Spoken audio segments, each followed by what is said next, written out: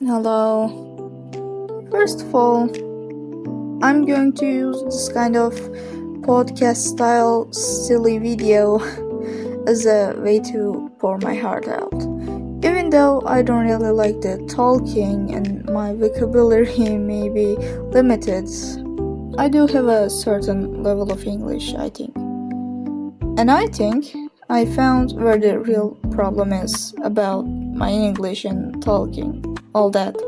The problem is not my English. The problem is my speaking itself, because I have the exact same issue in Turkish too. My heart starts beating fast, my eyes tense up, my breathing gets tight. I'm a person whose social skills are not really developed, I guess. Someone who can barely even have a conversation, I am. And I think living with this is going to be a very difficult task. I need to fix it. I usually don't really talk. I communicate.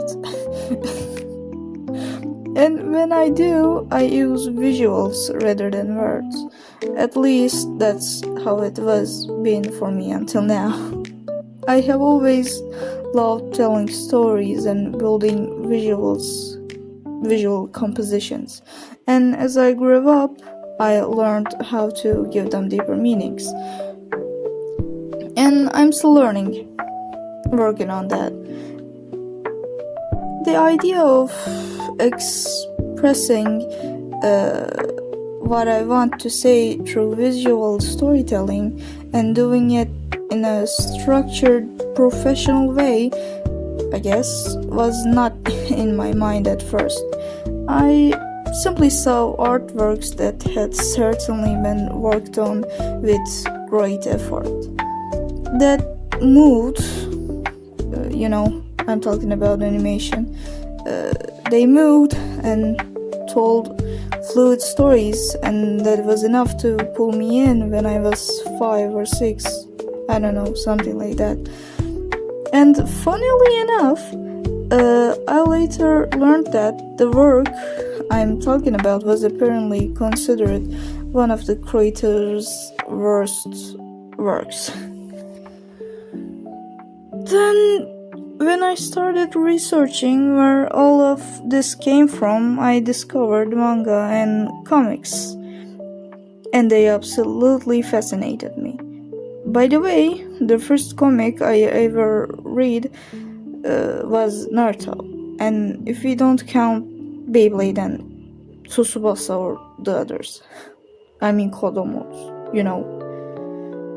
the ones at Yumurcak. It was also the first anime I ever watched, so please don't come at me with the Naruto is terrible, it sucks, talk like those people who try way too hard to seem cool. Honestly, people making chaos out of judging others' tastes, likes, is something I really don't care about, but they can be weird sometimes, I don't know. Anyway, these incredible works of art caused an explosion of inspiration in me, and I tried making my own comics. I still have boxes full of those drawings that I'm proud of, absolutely, and they are all very precious to me. Even if I, look back and say how bad they were. Anyway, they are all precious to me because they show my growth. Does it pronounce that way? I don't know. But the art world is very strange. And no, I'm not even talking about the guy who presented an urinal. That was how it was,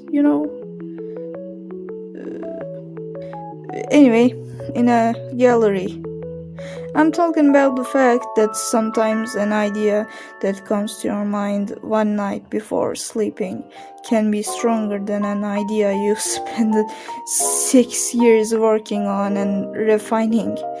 Sounds oddly specific, doesn't it? Actually, considering my age, maybe it's not that surprising, but don't worry, that project I spent 6 years on did come to life. It's currently out there on sale. Even though it wasn't how I imagined it, it still happened. Let's call it experience. But I cannot imagine anything more satisfying than building a universe, reflecting yourself through your characters and delivering the message you want to give in a meaningful and beautiful way. At least for me, that is my purpose in life. After all, this is something I am naturally talented, I guess. And in a way, it is kind of a power, so why wouldn't I use it? By the way, comics, as an art form, tend to contain many branches of art, and some of them are absolutely necessary. Which is why I think it's one of the hardest forms of art. There is, writing, cinematography, research, knowledge, style, language, all of it is involved and other stuff. That is why they are usually not made by a single person. And please don't say, but mangakas do it alone. Because most average mangaka have at least 2 or 3 assistants or students.